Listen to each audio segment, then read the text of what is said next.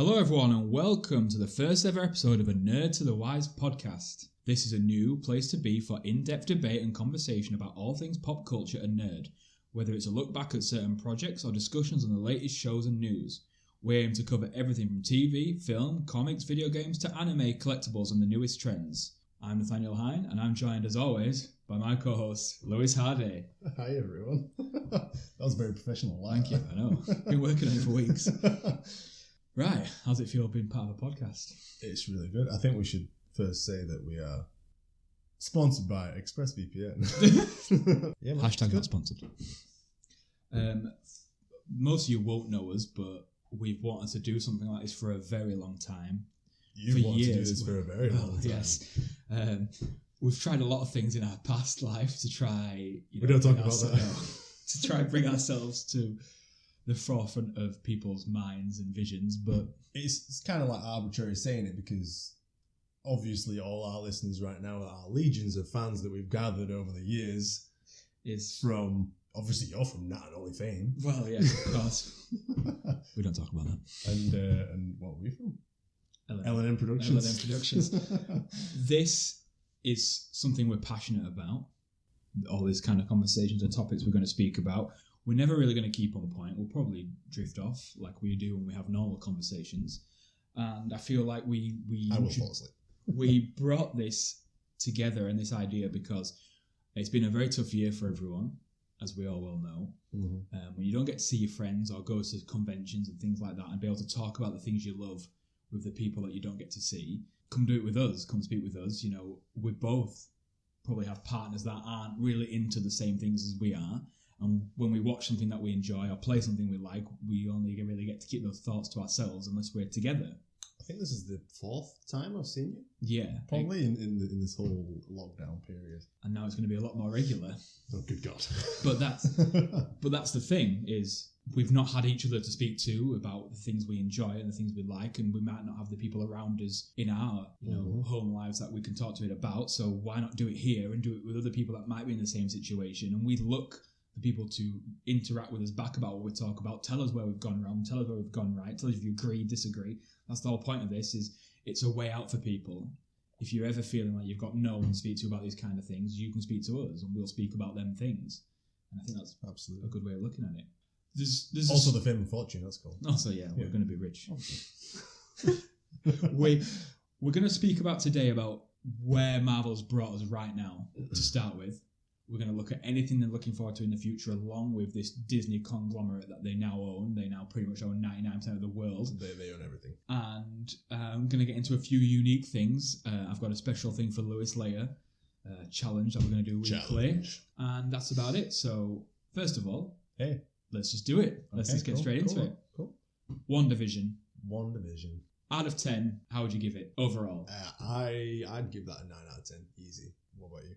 I 100% agree. Yeah. I think I was misled by Marvel in the beginning. I didn't expect anything from WandaVision. I wasn't interested at all. I didn't care about Wanda. I didn't care about Vision. The trailer didn't look very good, like the way that it was going back into the TV show, going back into the 60s and the 70s, and I just thought, that's not really my thing anyway. And it's about two characters that I don't care about. So going into it, I had very low expectations, but I was pretty blown away, to be honest. And I completely agree with everything you've said there. I think what Marvel did was what Marvel do best. They made us seem like they were making a TV show where these two characters that weren't at the forefront of everyone's mind were going through time, it seemed, and reenacting certain shows from certain decades. Like you start off with the Dick Van Dyke in like the 30s, 40s, and then you go through to colour, and then you've got that Malcolm in the Middle-esque feel, and then the modern family feel towards the end. Did you pick up on the Malcolm in the Middle intro? I did. Yeah, it's every episode they focus on a new decade of television and situation comedy, and in the trailer, like you said, they only showed that bit. Yeah. And what I thought this was going to be and what they led it to be, everyone, in classic Marvel fashion, it was never released to anyone how the structure was going to be. The actors stuck to a certain routine. The producers, the Disney Plus network, all stuck to this one structure. It's going to be a situation comedy. Yeah. I would say how many TV shows have Marvel done? I was just trying to think then, like they've done. If you look away from non-animated, No, yeah. You would look live action. So I'm thinking like Agents of S.H.I.E.L.D. Yeah. There was that, but that didn't hit for me at all. No. What else has there been? You've got the Netflix collection. Yeah, You've got your Punisher, your Iron Fist, your Jessica Jones. See, but that's the thing. So when it comes to TV shows, for me personally, it's been a bit hit and miss. So like Daredevil, I liked. The Punisher, really liked. That was probably my favourite up until that point. Yeah. But when we're talking about Jessica Jones, didn't like that at all. I think I maybe got 3 episodes in. Luke Cage, did you watch that? Yes, Luke Cage, yeah. I think I watched an episode or 2 of that and I wasn't interested. There was another one, Iron Fist, I didn't even bother watching that. I think that Stephanie was watching it a little bit. But when I was watching it, I thought it looked boring. So an Agents of S.H.I.E.L.D., I watched a couple episodes of that and I was thinking, if this didn't have the Marvel title on it, would I still be watching it? And I thought, no, I wouldn't. So I turned it off. So Marvel didn't have a very good track record with me going into WandaVision with TV shows. So again, my expectations were still pretty low given the history. But yeah, fantastic, absolutely great. I think the way they released the show was key to keeping people interested because it started off with 3 episodes to begin with and then released the rest weekly. But frustrating.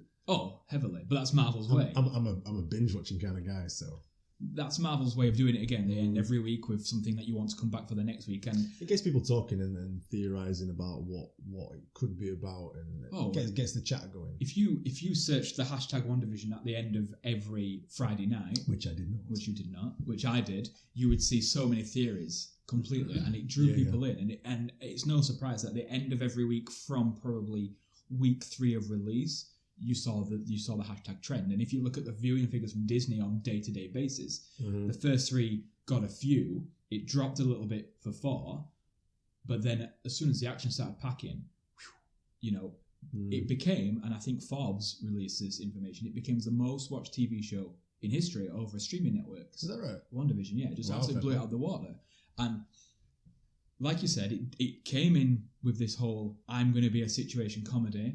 Fans weren't that interested, but they had to release it the way they did to keep people interested. Because at the end of episode 3, when it went into that's when it went into colour. Yeah, at the end of that episode. And Rambo is fired from the hex outside for the first time, and you see all the army or whatever it is, its sword comes towards her. Yeah. People then go, holy crap, this isn't no longer. When she fired her through that wall, when she threw her was through it in the colour hex, then? yes, that was just that whole episode. That's when they gave birth to the twins. Yeah.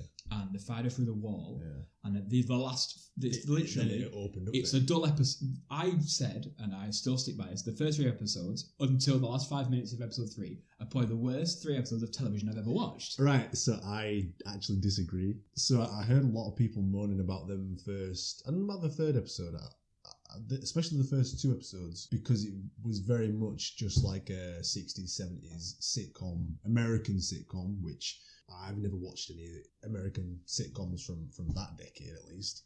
So they were doing a lot of moanings, no action and things like that. But when I was watching it, I was most surprised and interested in the characters of Wanda and Vision.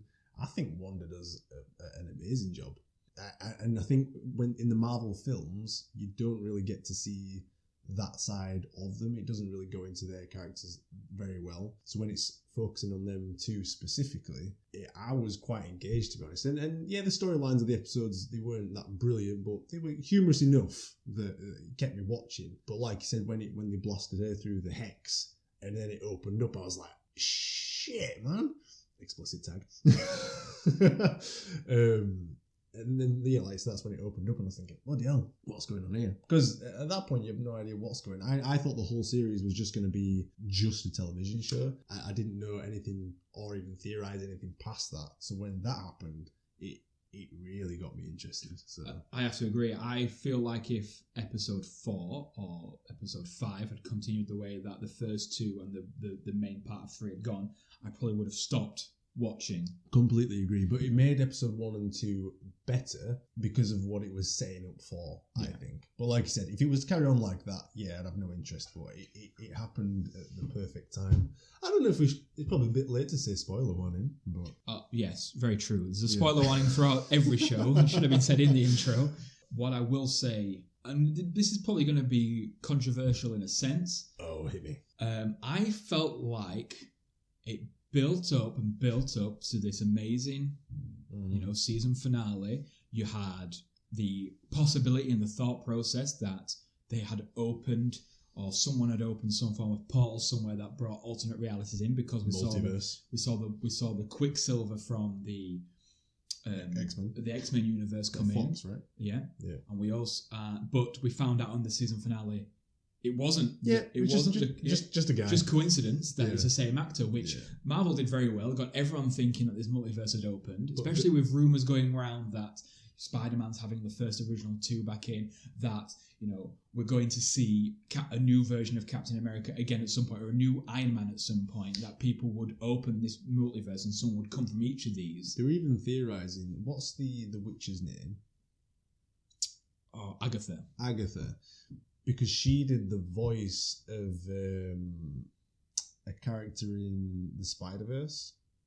It was like the Dr. Octopus, but the woman version, that she voiced that character. So they was thinking, even her, she's been involved in other Marvel things, and that Into the Spider-Verse is dealing with multiverses as well. I don't have the actress's name to point who played Agatha throughout, but I have to give her a huge shout for how good she was throughout the show. She's been in loads of But things also, as well. away from Marvel, her best role is she's married to Adam Scott, the actor, in Step Brothers, and she has sex with one of the Step Brothers in the toilet. Have you ever seen Step Brothers? Yeah. When she came up on screen, that's all I could picture was that bathroom scene. Great. But good shout out to her, because she's shown how multi-talented she is. Mm-hmm. And if you ever see anything with her interviews and her social media exports, she is exactly like that character in Step Brothers in real life. She's an absolute nutter. Horny. And obviously is fantastic actress. She deserves all the plaudits for it. Yeah, she does. But going back to what I was saying about something controversial, I was kind of let down by the season finale in terms of it. It was, I can't remember, I'll say 9 episodes long, and then the last 2 seemed to be rushed to get to an ending, whereas it built up so well to introduce this family, the 2 sons. They are both in the comics, these 2 sons, in the MCU comic universe. So will we see them again? Maybe. I hope so. Yeah. But they are in the comic books. I've only read, Marvel has made over like 1 million comics. There's only so many you can read. I've only ever glanced over a few of them 2 in it, but they do exist in the MCU. Is that the only time we're going to see them? I hope not. Well, I wonder, obviously, at the end, I don't know if it was in the end credit scene with Wanda when she was at that house and she conjured a version of herself who was in the house. And oh, yes. She was reading that book, wasn't she? Yes. So I don't know if she's like playing around with magic to try magic and bringing people back. So maybe she will bring them Yeah. back, because, like you said, they are in the comics. I don't read the comics, but I am aware of them. So yeah, there's potential there that she will bring them back. I don't know about Vision. I don't know if Vision will. There is still a version of Vision out there. There is, and it has now the memories of the original Vision. Yeah. So good news for Paul Bettany, the actor. He's guaranteed to gain more work now. He's fantastic as well. But I didn't like the look of the white Vision. It was not very athletically pleasing Colourful. to me. Yeah, it wasn't exactly what I'd expect. I would prefer Vision to look like Vision as we know him. Yeah. But if that's the Vision we have, then so be it. That's the comics as well. Because, like you said earlier, you've been brought in to learn more about 2 characters that we didn't know much about, and that's understandable.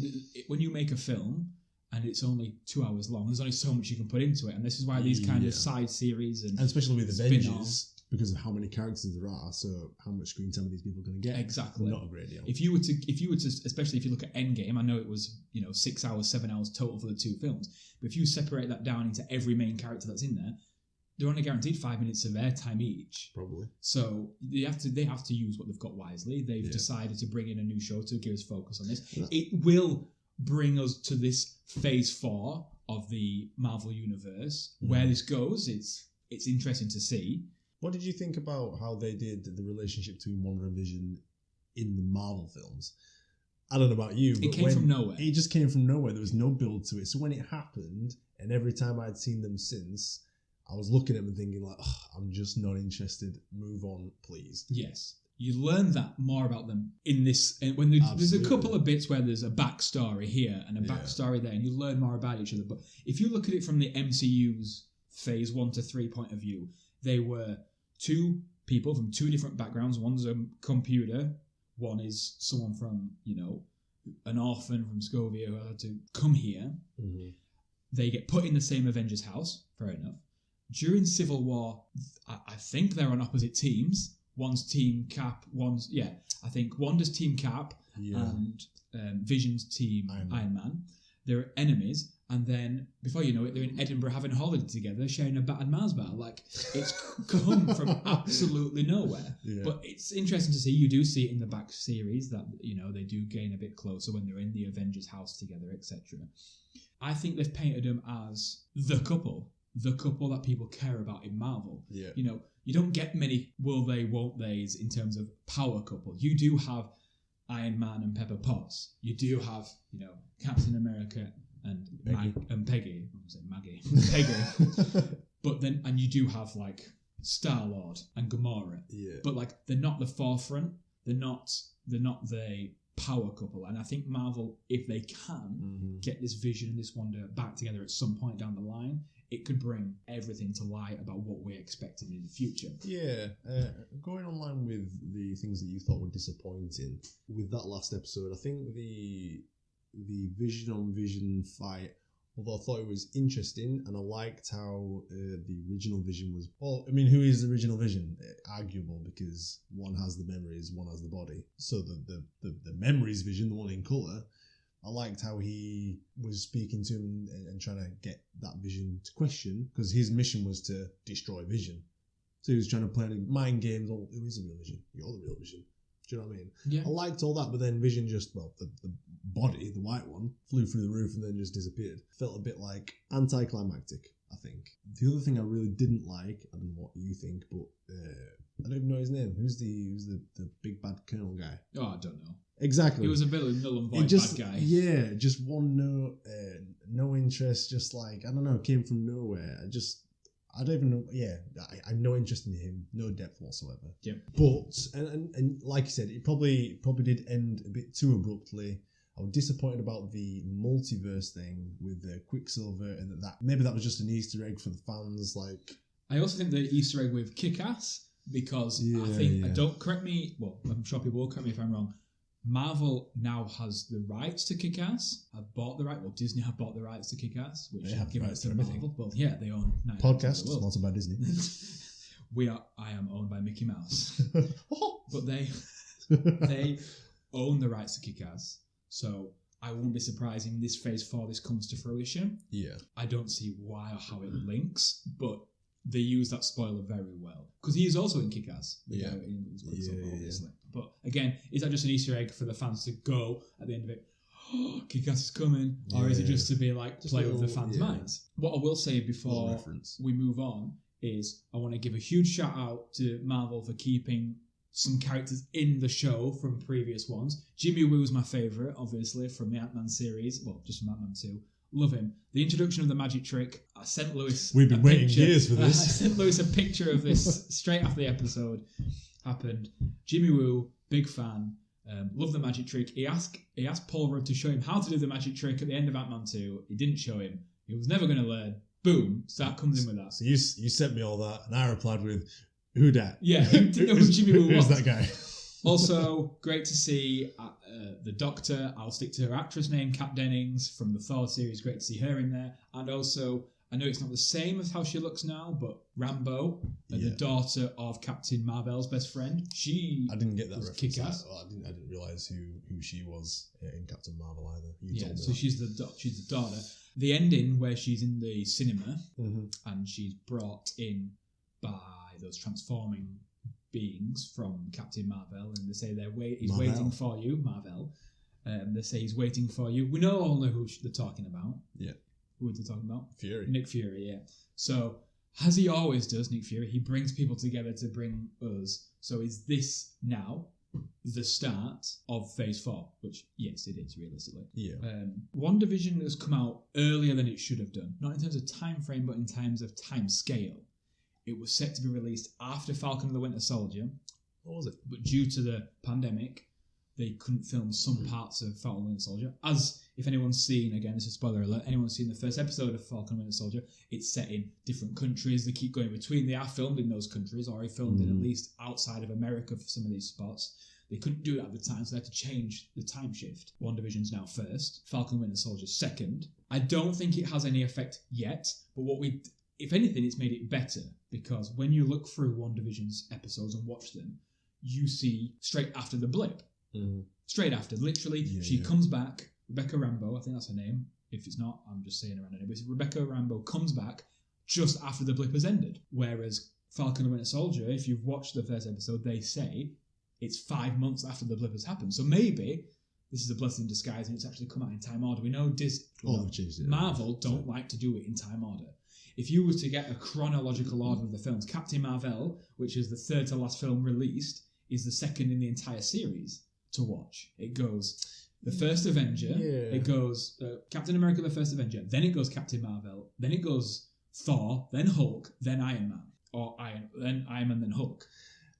That's chronological based on date order. Yeah. You've got World War II with... I suppose arguable, because like Captain America obviously it starts before, but then it ends after Iron Man and everything's been set up already, because Fury's getting everyone together. So I get what you're saying there, but so we go from WandaVision. Yes. We get a week break where Disney Plus released the behind the scenes of how WandaVision was made, which was great. If you've seen it, if you haven't, I would recommend you watch it, because they're going to do that after every series. About 10 minutes into it. Next, Falcon and Winter Soldier comes out. Just a note for everyone: this will be released the day that Episode 2 is released on Disney Plus. We're recording this just after the watching of Episode 1, so if you listen to this after next Friday, you'll be 2 episodes in and you might know more, but you will know more than what we're talking about here. So we're talking about what we've seen from the first episode. Kickstart it off, class. Absolute class act. Only disappointing thing I'll say overall is that you don't at any point see them both together yet. But I understand you have a backstory to get through. But like I was saying about WandaVision, I'm worried about time and how much we rush through stuff. There's only 6 episodes. There's only 6 episodes. 6? Yeah. Oh, man. The first one was 47 minutes long, but you're forgetting the 72 minutes of credits at the end. So why did they do that? You've got pretty much, we'll say, 5 more episodes of 40 minutes, which is 200 minutes, which is just over 3 hours left of screen time. We've got now the backstories of the two in terms of where they are now, what they're about, what they're doing. Falcon is obviously working for the Royal Air Force of America and working for the army and doing all this. And the Winter Soldier has had a pardon. Yeah, he's had a pardon where he's by law not allowed to kill, break the law. No one gets hurt, break the law, and all you must do is tell the truth. That's like his 3 rules. He's no longer the Winter Soldier that we know from, murdering Stark's parents having a 25-minute fight scene with Captain America and Iron Man, in the sky during the next couple of Avenger films. Like, he's now a normal bloke who is trying to do right by his own wrongs without breaking any of the 3 rules set by the US government. Yeah. We've got the backstory. We know where they are now. Doesn't really seem... there is a point where we're leading to now. You've got those bad guys with the handprint on the face. As soon as I saw it, I wrote in my notes that they reminded me of the Uruk-hai from Lord of the Rings, because they've got that handprint face paint on their face. Sure, yeah. So that's all I could see. So maybe a Lord of the Rings crossover coming in. Uruk-hai. So yeah, the White Hand of Sauron. Overall, that's the one. Thoughts on the first episode of Falcon and Winter Soldier? Okay, so out of 10 for the first episode. Okay, so out of 10 for the first episode, I think we would disagree on this. I would probably say maybe like a 6.5. You thought it was class. I would give it an 8 in terms of... This is the exact opposite of WandaVision. They had a trailer for WandaVision that showed you what looked like absolute garbage. And it wasn't. No. The trailer for Captain America and Falcon and Winter Soldier is non-stop action from start to finish. You watch it, it's two heroes. And Do you think it's non-stop action? The trailer is. Oh, right. The trailer, I'm saying the trailer involves you to think, yeah. We watch the trailer for WandaVision and we think we're going to have to power through this because we like Marvel.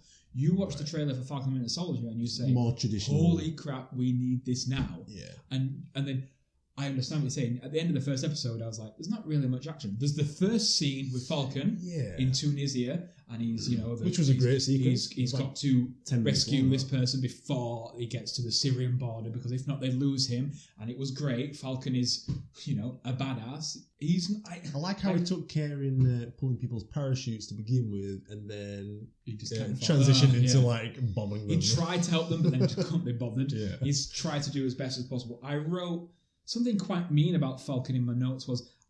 I don't like him. No, I really like Falcon. He's probably one of my favourites, because I always like a underdog. I don't really like any particular superhero. Mm-hmm. But I use the term superhero lightly for him, as I do for Batman, mainly because their powers come from wealth and things made from him. Same with Iron Man. He's different because he's built something into his own skin to keep him from dying that makes him, powerful. But in terms of when I look at Falcon, or I look at Hawkeye, or I look at Natasha, Black Widow, or I look at Batman. Does Iron Man's heart make him powerful?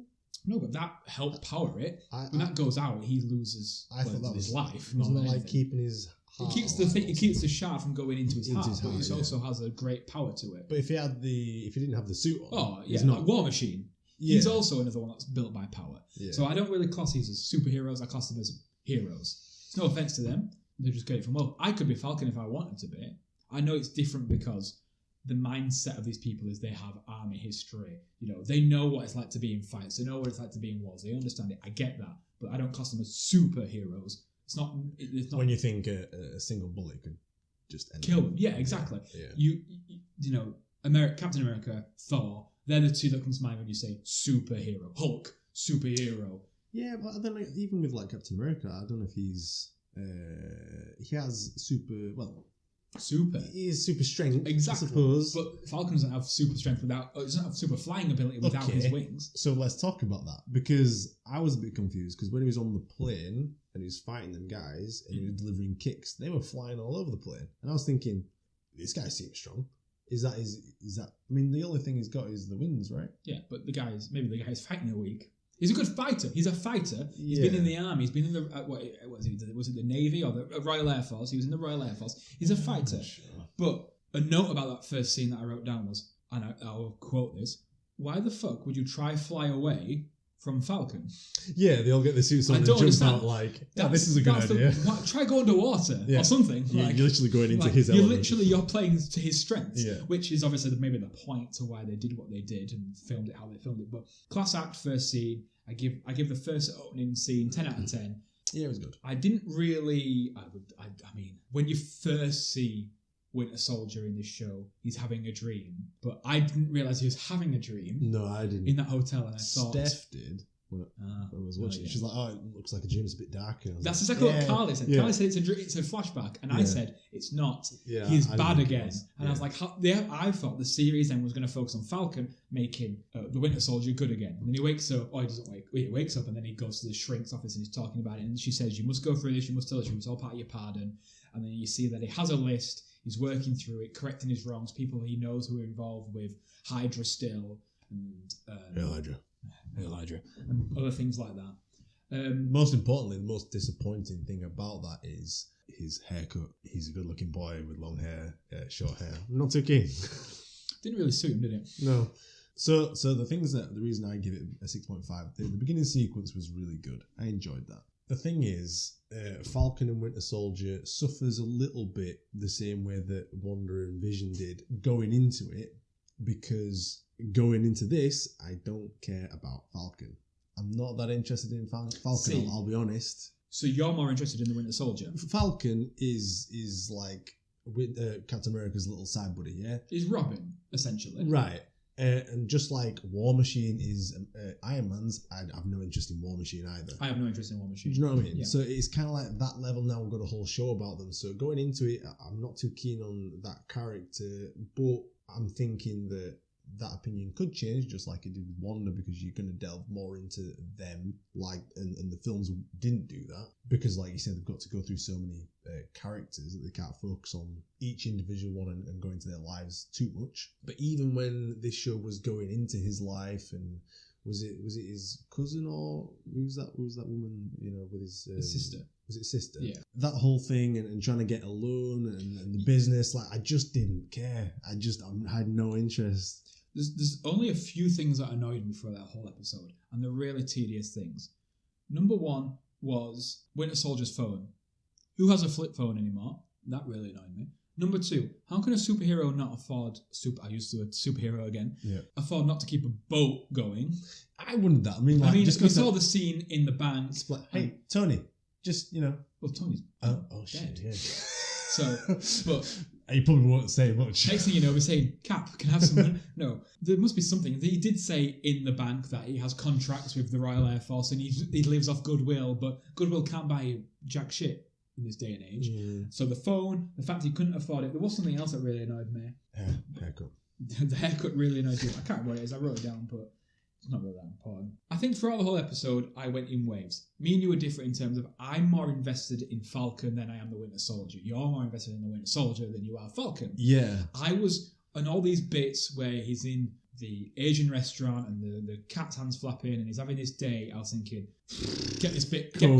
I want to see more of Falcon. Whereas the bit you're saying about Falcon, you're saying I want to see more of Winter Soldier. So I agree with you, but also disagree. So I wanted to see more of Winter Soldier, but as Winter Soldier, yeah, but not inside an Asian restaurant playing battleships and do you know what I mean? Like, yeah, and I was looking at him, and at a certain point during it, I was looking at him thinking, is this like? I was wondering if he was a different actor, or I thought, am I looking at Winter Soldier? He didn't look like the guy. He didn't look like him. He didn't act like him. So a lot of, I'm not saying I want him to be go back to being a cold-blooded murderer, but he just looked like a guy, and that didn't. What I saw from him from that episode didn't really interest me. I think it's done enough to intrigue me to think, where can this go? And I'll continue watching. But aside from that first scene with Falcon and all that fighting, when it goes into him getting the loans to save the business, and then Winter Soldier in therapy. The therapy bit was alright, but all the things with it going on the date and that Asian bloke's son who had died, and did you get the fact that it was the son he killed in the hotel? I didn't know that, yes. But when that's my theory. I was getting from the looks that I thought that so he was going to go and admit it. I think he was going to go and list. admit it at the time. Mr. Nakashima is the name. I thought he was feeling guilt that maybe he'd killed him. Yeah, but he didn't say anything. You can see the photo in the background, so, and as far as I'm aware, it looked very much like the gentleman in the hotel during that flashback. Yeah. The one who was struggling with the dog. Yes. Maybe. First of all, there's for people who don't know and who have not seen the future releases, which we'll get onto later for Marvel, there is a future release called Shang-Chi and the Legend of the Ten Rings. For some reason, I thought Mr. Nakashima and the lady he goes on a date with might have been the start of this. Maybe an inkling of what might happen in future phases. And then all of a sudden, you find out that, Mr. Winter Soldier has killed Mr. Nakashima's son. Mr. Winter Soldier. And you see now that he constantly looks after him. You learn that it's through guilt, not through being a nice guy. Yeah. But it may be a link of the two.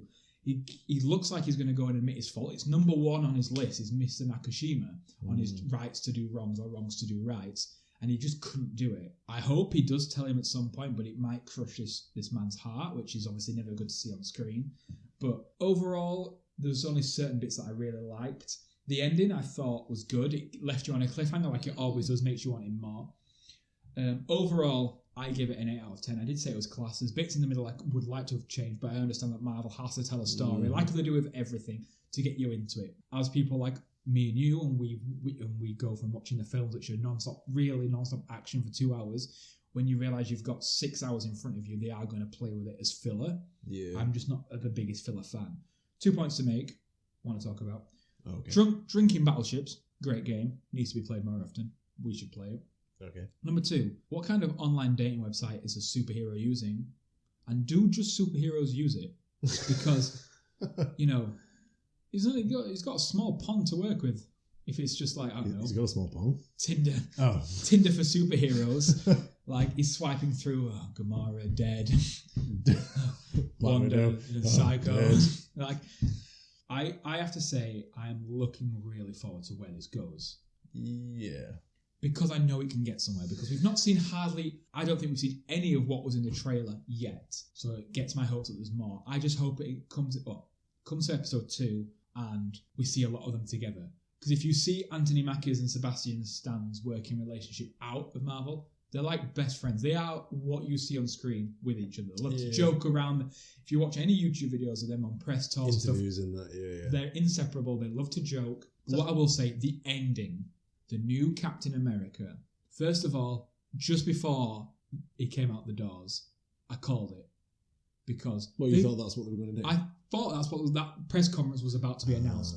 Because it all started to make sense as soon as they put the shield in the Smithsonian. That's just a plan to get it out of Falcon's hands, right? See, I didn't think that at all. Well, all I'm thinking I was thinking like, well, look, Captain America's just giving you the shield, and then you're going to give it away and put it in a museum. Yeah. Like, what are you doing, man? Well, I agree with that first. I think Falcon should have become the new Captain America. I think Winter Soldier should have been the new Captain America. Well, spoiler alert for anyone who has not read the comics, but in the comics, when this bit to Captain America, the one we know, happens, he gives the shield to the Winter Soldier, and the Winter Soldier becomes the new Captain America. Yes. Which makes sense. He gave it to Falcon, which I thought maybe we're going to get this new superhero, the Falcon version. No one always goes by the books when they change something. Yeah. They like to change it up so people are always surprised. I thought it was going to happen. He gave it away. I was mad. I was really mad. And then I was made even more mad at the ending when a new Captain America comes out. And this now is the tie that brings them both together. It's both their best friends, literally both their best friends, has now been replaced by what looked to be like the skinniest, weediest man in the world. It looks like Steve Rogers before Steve Rogers got everything. He's pre-World War II Steve Rogers, and which I did not agree with, which obviously made me mad. And at the end of the episode, I turned around to my partner on the sofa and I was like, that's fucking bullshit. I could feel like Falcon's like rage and that's disappointment. It. And as soon as Winter Soldier sees this, they're going to get together. Yeah, exactly. And that's how I felt. Yeah. And that's the thing at the end of it made me go, boom, bring it on next week. Like, I cannot wait for next week. Obviously, when people listen to this, they'll have seen what happens next. Mm-hmm. And it could be short-lived. It could be they just go and kill this new Captain America and then they take the shield for themselves and the storyline is about them being chased by the government to get the shield back or whatever. Or it could turn out the whole series is about righting the wrong of this new Captain America and trying to, grow a friendship. What I'll talk about, and it's the same with WandaVision, which is no surprise now, is both have only been said to only have one season. So whatever happens here is the end of this show. And it's the same with Loki, the show. We'll go into more future things later. They're only one seasons. They're only here to tell a story to get us to the next point. Yeah. Falcon and Winter Soldier, when I saw the concept and saw everything about it, I was assuming in my head there'd be more than one. Do you think the first episode did a good job of setting up what's going to happen? Because I'm a bit lost. I don't know where we go from here.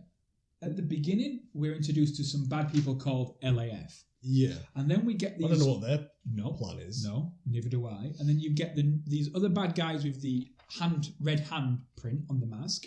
New bad guys. And then you've got the government introducing a new Captain America. Also, on that point, why isn't War Machine warning these people of a new Captain America? Does he know this already? If so, why is he not betraying his own people? But surely you should let the people know who are closest to Captain America that they're going to replace him with literally a nobody. He is a nobody, I don't know. But we might know him, he might be, he might. I don't know, yeah, so like this first episode, it's done a good, I don't think it did a good job of explaining what's going to happen in terms of the story. I'm not saying not every story has to have a big bad guy that you need to overcome, but I don't know what that is. I don't know what their goals are, but to say that there's 6 episodes is a bit worrying.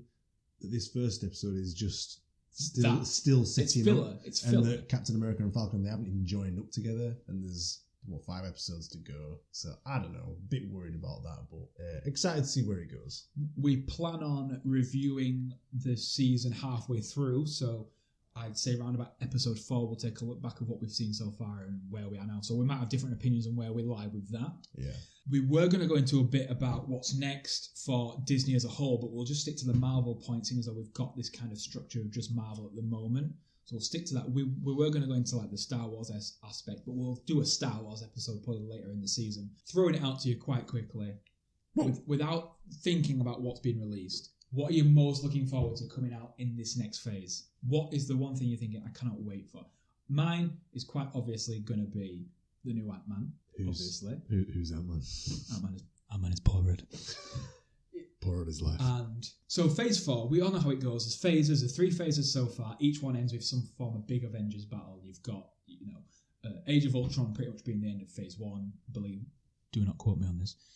And end of phase 2 pretty much being Civil War, and then the end of phase 3 being Endgame. Yeah, essentially.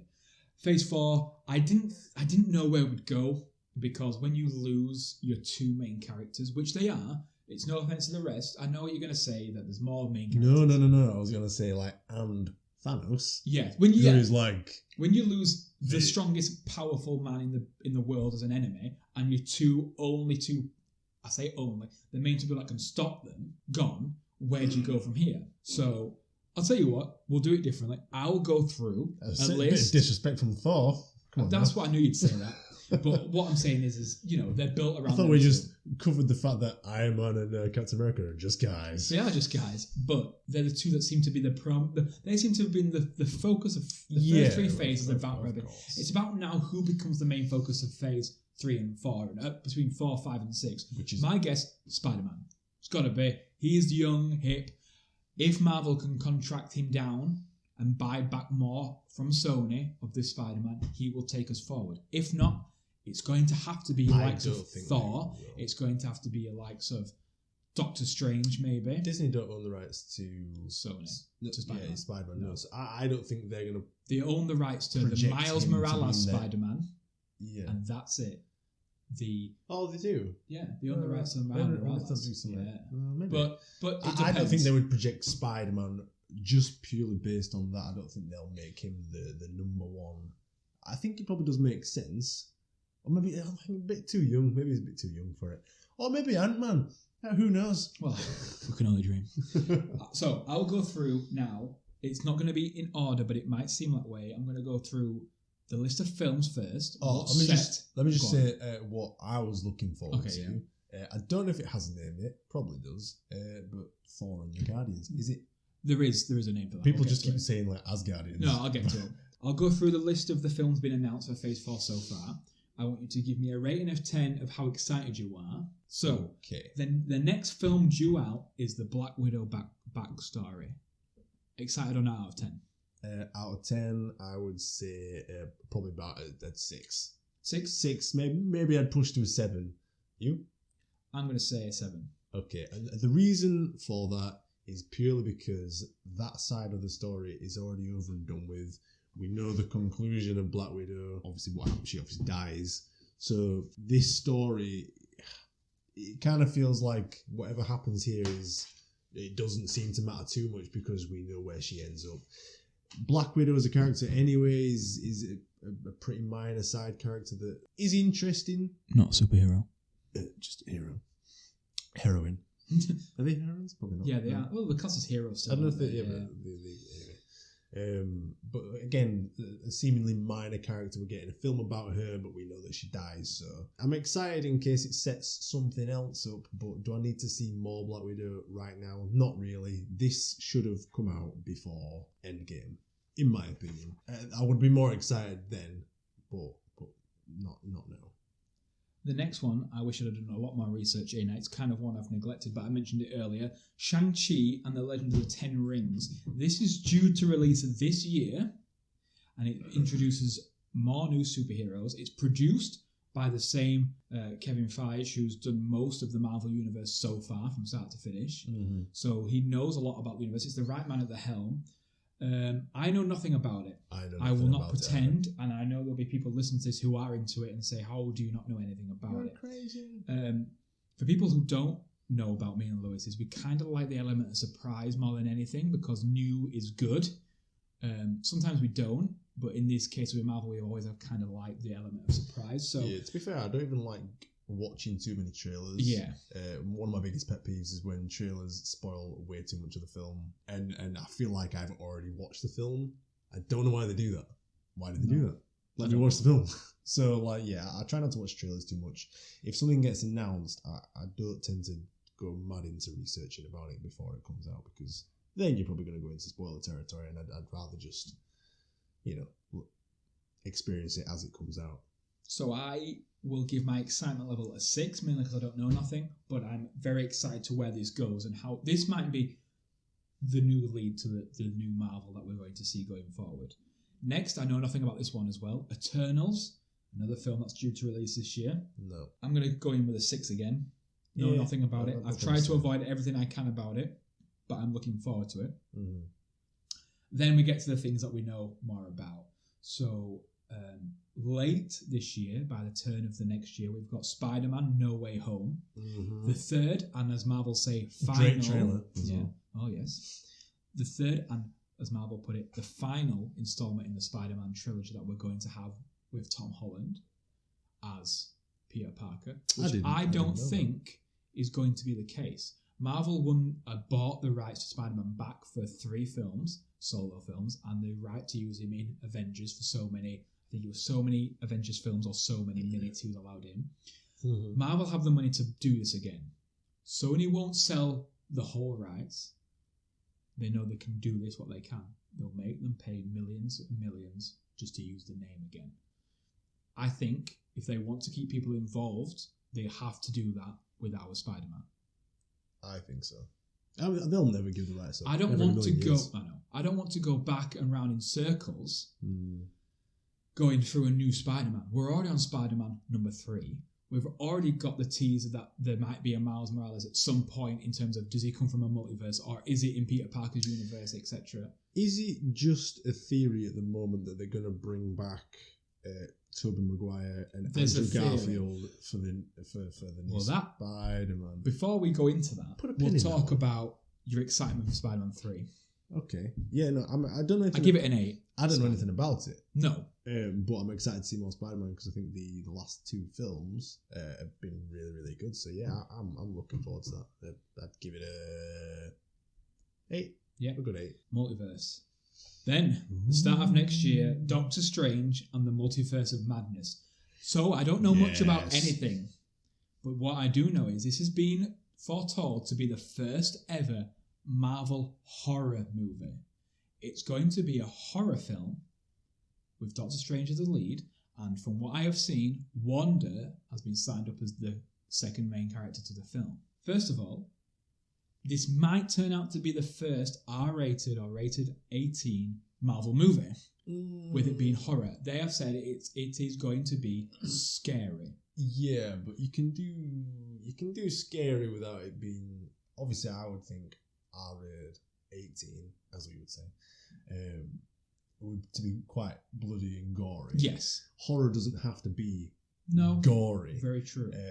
So it could just be like a lot of like jump scares and things like that. I'm looking forward to that, but I'm also a bit apprehensive because I have a weird relationship with horror films in that I love them, but most of them are shit. Terrible. I agree. I cannot stand horror films. I think they're all just generic, cheap, trying to go for jump scares. It just doesn't do anything for me, and yeah, so I'm a bit apprehensive with that, but I'm excited to see what they do with horror because they've never done that before.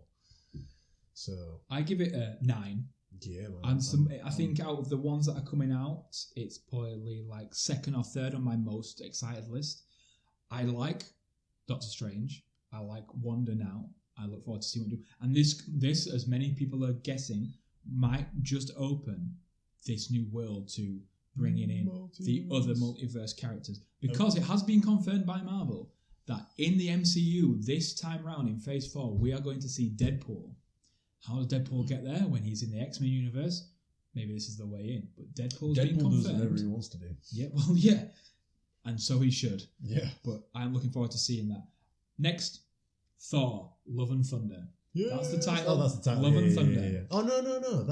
Is that the title? Yes, that's the title. Is that not the one with Natalie Portman? Yeah, is she's that also one? in it. Yeah, Thor. This is going to be where we have left off with the Guardians and Thor currently. Right. So we have Thor, Love and Thunder. Excited? Sorry, I thought the Guardians and the new Thor was separate. Were going to be separate films. Is that all? They are separate films. Ah. But they might be together for both. Nothing's been really released around this. But it depends if they go in cinematic order or not. If Thor is set prior and we have another backstory film, I've not read the concept of Thor, Love and Thunder. Okay, so for Love and Thunder, excitement level. I want to go in and say like an 8. However, that's purely because Thor will be in it. Yeah? Yeah. If I take that out of it, I'm going to go back down to like a 6 because I'm sorry, Natalie Portman, but I can't stand her. Not as an actress. Wow. Not as an actress. Just the character. Yeah, the character, and maybe that's because how much I like Thor, but in the Thor films, I really liked the first Thor film, personally. But when it came to Thor Dark World, they focused way too much on Natalie Portman. I dare say that she probably got more screen time than Thor did, and I just don't care about that much. I agree. I came to a Thor film to see a film about Thor, not about Natalie Portman and Kat Dennings. Sorry, Nat. Ouch. But so yeah, I had no interest in her. So now for her to be taking up the mantle as Thor, maybe it can be interesting. If it's going to be her own film, I can accept that. But her involvement in the Thor films and being such a prominent feature in that, I didn't like. So I'm a bit apprehensive because I don't like her character specifically. But the direction that they've taken Thor, maybe they'll do something with and change Natalie Portman's character as well. Who knows? Who directed Ragnarok? Taika Waititi. He's the. If I've said that horribly wrong, I do apologize. He's the guy who plays the rock fellow. Yeah. In it, yeah. He's also the director and writer of Thor: Love and Thunder. Cock. Yeah. He's the director of Thor: Love and Thunder. Right. So straight and also away, the writer. There's also, that's a really good move. So I'm excited. The next film, I'm not excited about whatsoever. Mainly because I don't know how they're going to do it. If they recast, I'll be mad. If they don't, they're going to take a new spin on it, and I don't know how I feel about it. Black Panther 2. My excitement level probably at 3. I'm probably just gonna we're gonna play whiz past that one. I'm gonna say not looking forward to it. If you recast the main character, you've done wrong by what you stand for. If you go a different route, it shouldn't be called Black Panther. I don't know. So I think realistically, they can do whatever they can do whatever they want. So like we just talked about Thor: Love and Thunder, they're going to cast literally another person as Thor. Thor is literally going to be another person. So could we have another Black Panther? Yeah, of course we could. Is Black Panther more like an idea? It's not. Yeah, but is that right? No, I mean, recognizing not a recast necessarily, but someone else taking up the mantle of Black Panther. I get someone's taking up the mantle of Thor. Thor is Natalie Portman is going to be Thor now. Yes. I think that's how it is in the. I think it's not. Thor is a woman in the comics. Mm-hmm. I don't know about it currently. I don't read the comics, but so maybe Black Panther is more. Like Captain America is now different. Yeah, like maybe Falcon is gonna like how let's say giving Bucky being the new Captain America. It's not a recast. He's just taking up the mantle of Captain America. Yeah, so maybe they could just have someone taking up the mantle of Black Panther. Okay, but recognizing that is it Chadwick? Chadwick Boseman, yeah. Chadwick is no longer there, and maybe I don't know how they're gonna do it. How they're gonna write him out of it. But that would be okay with me if they do it like a literal recast and that. Yeah, like nothing's ever happened. The actual, I don't know what's Black Panther's name. Shabala. Oh. Yeah, it's Shabala, isn't it? I don't know. Yeah, sure. I think it is. If that character is now a different actor, they've done wrong. They shouldn't do that. But to be fair, I mean, the Black Panther film itself, I didn't think was that great. I'll be honest. I thought it was good. I would give it maybe a 7. Okay. Wow, 7. Maybe a 7. I give it a 4, maybe a 3, like I said earlier. What, Black Panther? No, the original one. The original. Oh, I think the exciting No. one. I give it an 8 or 9. Yeah, so I I'd really give it enjoyed it. maybe a 7. And I think the strongest part of that film was Warmonger? Yeah. Is that his name? Yeah, I think so, yeah. I forgot the actor who was in Creed. Yes. That guy. Oh, I think he's God, brilliant. So good. It's like he was Chadwick Boseman's like best friend in real life. Yeah, man. If they would somehow get him Back. and he takes up the mantle of Black Panther, Good actor. good move. He was the best thing about that film. So yeah. Right. I'll brush through a few others. I'll quickly Rapid say fire. I'll say them. You tell me out of 10 what you're excited about them. Yeah, sure. Captain Marvel 2, 7. 2. Ant-Man and the Wasp 3. 0. Joking. 10. Yeah, a 7. Guardians of the Galaxy Volume 3. 10. 9. Fantastic Four remake. 2. No, I'd give that a 7 or an 8 because I love Fantastic Four. So. Right. On to the TV shows. Rapid Yeah, fire. Loki. This 8. This is a low key 8. Miss Marvel. 5. Yeah, 5. Hawkeye. 7. Yeah, 7. One I've never heard of. Moon Knight. I'm going to go middle of the road and say 5 because I don't know anything about it. She-Hulk. Yeah, 8, 7. The Guardians of the Galaxy Christmas Special. What? Is that a film? It's a TV show. Oh, it's a TV show. Written and produced by James Gunn. It's going to be a one-off TV special. By the way, the original cast have all signed up for it. They have? All of them. Yes. Well, yeah, okay. I'll give it. I'm going to say it's 7. And an Untitled Wakanda series. 5. Also, it's worth mentioning there is 6. Okay. There's a show coming out called I Am Groot, and it focuses on Baby Groot. Surprisingly. Mini-series. How excited are you? Oh, I don't know. Maybe I'd give that maybe a 6 again. I love Groot. How he's going to do in his own... Oh my God.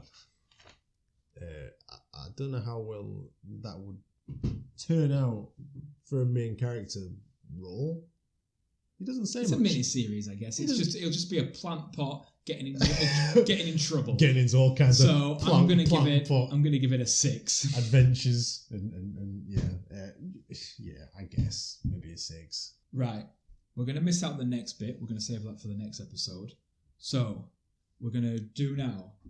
Challenge Lewis. Dum dum dum. So Lewis doesn't know anything about this. I have come up with an idea that every episode I will challenge Lewis based around his knowledge on the Marvel series. But not just the Marvel series, the Marvel comic book series. Oh, which he knows nothing about. So I got for Christmas from my lovely partner a set of Marvel Comics quiz card games. Shout out to Curly. For 10+. Unfortunately, I don't meet the age requirements. Unfortunately, me and my girlfriend can't play this because she knows nothing about Marvel apart from it spells with an M. So I am going to, every week, shuffle the cards, let Lewis pick one of 5, and I'm going to test him on his knowledge. If each card should have 3 questions on it, if he gets less than 2, and you all hit us on our social media, or 2 or less, shall I say, so you must get full marks.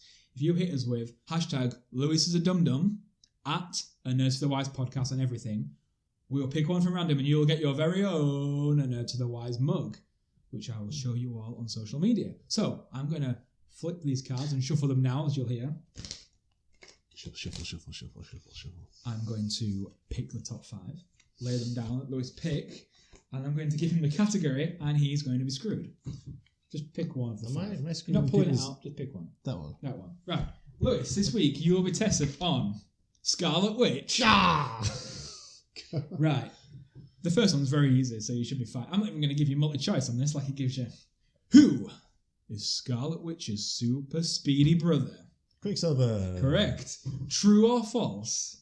Before joining the Avengers, the Scarlet Witch was a member of the Brotherhood of Evil Mutants. True. Correct. This one to stay alive and win. What is Scarlet Witch's superpower. I'll accept many things.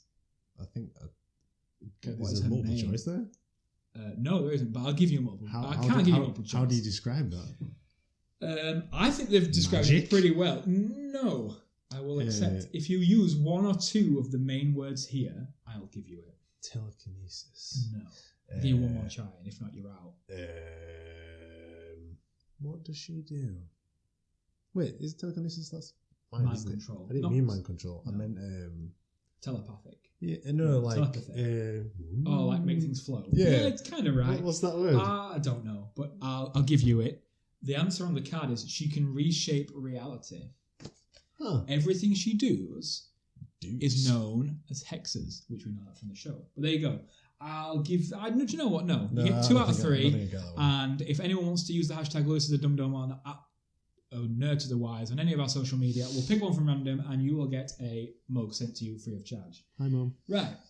So. Is that multiple choice? That was. No. That one wasn't. I've been done out. Right.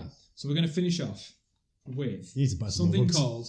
I know, we need to buy more mugs. We're going to finish off with not a top 5 either. We're going to save that for next week. I love it. I want to finish off with random question of the week, which is going to be a new feature. And I see everything's a new feature on here. Every episode. Basically, we ask each other, or I ask a random question. I want you to respond, and I also want the people listening to respond with their answers.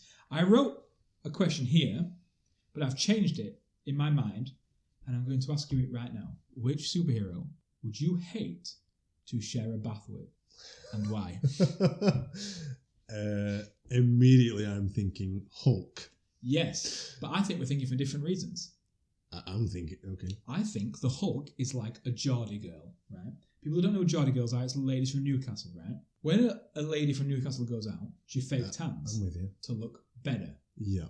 I think the Hulk's not as green as he seems, and he fake greens, right? Fake greens. He fake greens. Yeah. Geordie girls, or ladies in general, will fake tan to look, in their mind, better. Mm-hmm. He'll fake green to look angrier and more scary. Intimidation. But if he gets in that bath with me and I turn green, I'm a fucking idiot. Because I don't know what he's using. I don't know if he's using Dulux or what. But he fake greens, I'm telling you. And because I swear, underneath when that is you've all got Milky Bucket. When you've got Mark Ruffalo as him as like the intelligent one in Endgame, he's not as green as he was earlier. He's not fake greening because he don't want to be angry. He wants to seem like a nice, genuine bloke who wears glasses and eat pancakes and tells people, take selfies of people. Selfies, yeah. He's not. He fake greens, and I am not sharing a bath with the Hulk for any amount of money. Plus, if it's too hot or too cold, then let me know. He probably will let you know, yeah. He'd probably be a bit cramped as well. I didn't say how big the bath was. Might be like a Russian bathhouse. It's massive. Well, one can only dream. Yeah, mine was probably a bit more, bit simpler than that. Is the size of the Hulk and the size of certain body parts, and they're obviously going to be on show in the bath. And oh yeah, God, yeah. I just wouldn't want to embarrass him with this big bastard that I'm rocking. So, God's sake. Any other superheroes you don't want to share a bath with? First up comes to mind, Drax. Drax? Yes. Why? He's an angry man. He's, if anything, angrier than the Hulk for no reason. He's not. He's funny. I'd like to share a bath with Ant-Man. but not because it's Paul Rudd. I'd make him still wear the uniform. Obviously. But when he shrinks, so I have more room. So he can get inside you. Oh, God. Shout out to Ant-Man. I bet you're good at sharing baths, especially Paul Rudd. Love you. Hashtag come inside me. Any other? Please do not use the hashtag come inside me on any of our social media. That's CUM. I don't know, man. I think so. That's it. That's all I got. Perfect. So we'll end it on that amazing note. I just want to say thank you to everyone who has got to the end of this podcast and stuck with us. Thank you very much for that. Don't forget to hit us up at any of our social media. It's at A Nerd to the Wise or any of our social media outlets. That includes Facebook, Twitter, YouTube, Instagram. And that's about it for now. If you want to hit us up individually, I am at Nathaniel Hine on Twitter and at NatHine7 on Instagram. Lewis will tell you his now. I will not, because I don't know mine. His Instagram is at Lewis_Hardy_114. 5. I know that one. 115. Yeah. It doesn't. I don't think he really uses Twitter, so don't bother him there. I literally got Twitter because Nat sends me pictures all the time on Twitter, so I had to get an account just so I can view these photos. So I don't use Twitter. But you please talk to us on our social medias as a whole. This is the whole point of it, is to be interactive. If you don't like what we said, if you want to talk about things, if you think we've missed things off, mention it. We'll bring it up in future episodes. That's what they're here for. The aim is to bring this out every Friday for so many weeks. We're going to aim for a couple of series a year. We're going to have a break in between, as everyone deserves. Next week, we're going to be taking... Looks like the structure next week's has changed. We're going to be taking a look at, I think it's film adaptations and TV show adaptations in the next episode. Yep. We look forward to hopefully welcoming you all there. Thank you for downloading this. If you're listening to us on YouTube, a link to all our social medias will be in the description, so make sure you click on them. If you are listening on Spotify, Apple Podcasts, Google, etc., and you want to find us on YouTube, it is at A Nerd to the Wise on there as well. We are hoping in the future to bring in video versions of these so you can see us talking about all these things, and we are looking to... You are welcome. Oh, you are in for a treat. You'll need a trim. And you're looking into introducing video style events and interaction videos and stuff that you can just get involved with, not just us over a mic talking absolute bollocks. But I will say thank you again, and Lewis will also say thank you again, and we will see you next time. Bye, guys.